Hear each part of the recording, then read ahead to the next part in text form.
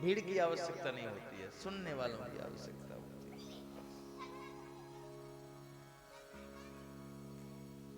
जी भागवत महापुराण अद्भुत कथा है। महात्म्य में 6 अध्यायों में वर्णन दिया गया है। एक श्लोक भी यदि आप सुन लेते हैं आपके जीवन का कल्याण हो जाएगा। जहां भागवत कथा होती है दुनिया के तीर्थों का वास वहीं होता है। यदि आप किसी तीर्थ पे नहीं जा पाए हो या कहीं नहीं गए हो, भागवत में सारे तीर्थ आते हैं। अभी एक मैंने पितृमोक्ष भागवत की थी, उन लोगों का अभी पितृपक्ष में 15 दिन हो गए होंगे करीब। उन लोगों का कहना था कि कोई कह रहा है गंगा जी जाइए, कोई कह रहा है वहां जाइए, फिर स्नान करके आइए, फिर पितरों के लिए कथा प्रारंभ होगी। कोई कह रहा है वो अनुष्ठान जहां जहां जिसने भी बताया अनुष्ठान बीच में रोक दिया जाएगा, हवन नहीं होगा, गंगा जी जाएंगे। फिर मैंने कहा ये किसने बता दिया आपको? यदि मैं करूंगा पितरों के लिए तो मैं ये करूंगा ना, आप दुनिया के तीर्थों में मत जाइए। अब जहां बैठी जहां भागवत हो रही है, वो सारे तीर्थ तो वहीं आने वाले हैं। तो तुम्हारे घर भगवान आ रहा हो, जरूरत क्या है तुम्हें? कितना एक बुंदेलखंडी में घर आए नांग न पूजे।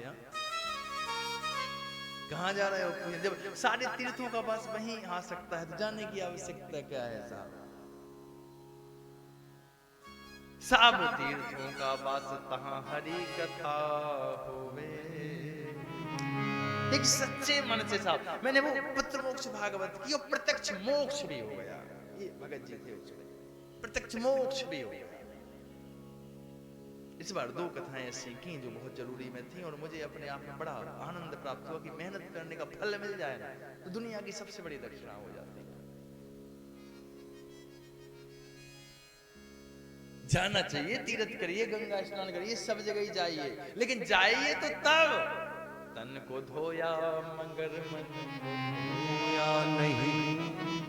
हम गंगा जी जाएं, तीर्थ पे जाएं, दुनिया का धर्म करें, दुनिया का आडंबर करें और मन को का लग रहा कोई मतलब नहीं।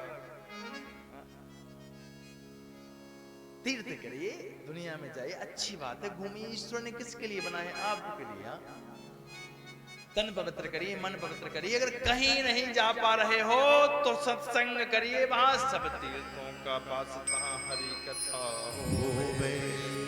अगर कोई कहे कि हम जीवन में इतने व्यस्त रहे कि वृद्ध हो गए, ना तीर्थ जा पाए, ना 4 धाम जा पाए, ना गंगा जी जा पाए, ना परिक्रमा करो, कहीं नहीं जा पाए, चिंता मत करिए। जहां कथा हो रही हो वहां सारे तीर्थों का वास होता है, सब तीर्थ वहीं आते हैं। और जहां दुनिया का मालिक ब्रह्म बैठा हो साहब, वहां कौन नहीं आएगा? जहां ब्रह्म बैठा है, मानिए तो भगवान यही है और नहीं मानिए तो दुनिया में कहीं भी भ्रमण करिए, भगवान है। जय श्री जय सिद्ध पदार्थ।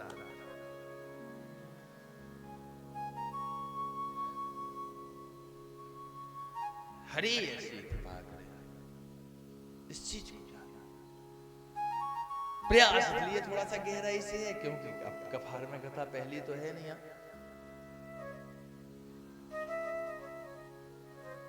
अगर ज्ञान प्राप्त कर दिया, हाँ इस तरह करते करते अद्भुत ज्ञान को प्राप्त करेंगे। और भागवत कथा प्रारंभ कहां से होती है? वहां चले। एक दाने में सारायणम तीर्थानाम ऋषि सो। एक समय की बात है, नेमसारण तीर्थ में 88 ऋषि बैठे हुए हैं। सर्वशास्त्रों के ज्ञाता श्री सूत जी महाराज वेदव्यास जी के शिष्य हैं। सूत जी महाराज वहां पर पधारे हैं। सभी ने उठकर प्रणाम किया और सुंदर आसन लगाई है और बैठाला है। देखो सूत जी महाराज सभी शास्त्रों के ज्ञाता हैं। नैमिषारण्य का मतलब है उत्तर प्रदेश में यह तीर्थ है, सीतापुर जिले में। और नैमिषारण्य का मतलब है उतने जगह में कलयुग का वास नहीं है। वहां आज भी कई संत प्रत्यक्ष रूप से तप कर रहे हैं।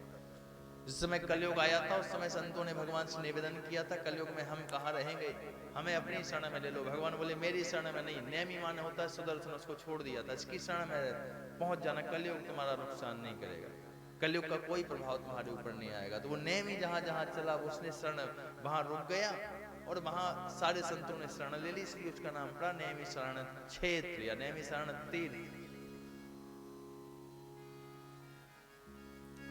तो सूत जी महाराज बैठे हैं और बैठकर इन ऋषियों में से एक ऋषि हैं जिनका नाम है सौनक ऋषि। देखो 88,000 ऋषियों में श्रेष्ठ है।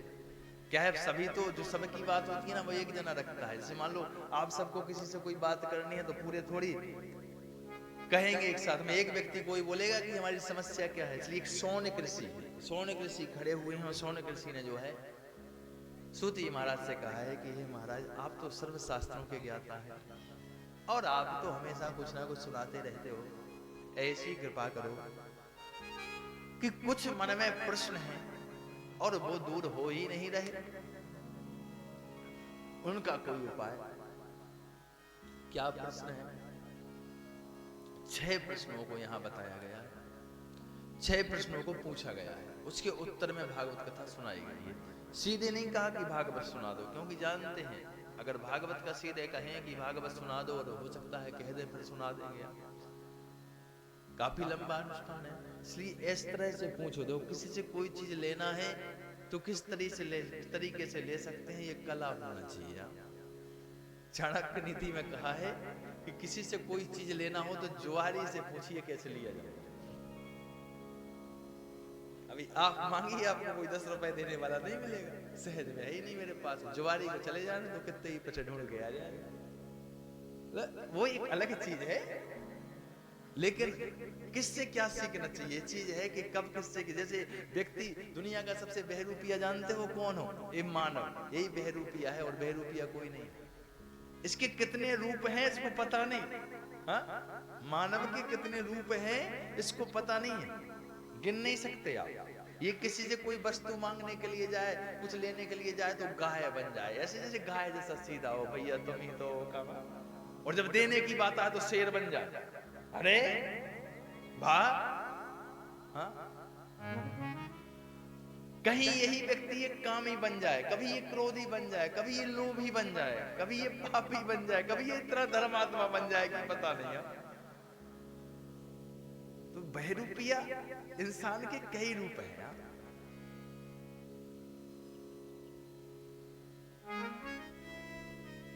तो किसी से कोई ज्ञान लेना हो तो ज्ञान लेने की कला होनी चाहिए। कभी कभी लोग प्रश्न भी पूछते हैं तो सीधे साधे आए और सीधा पूछा, ए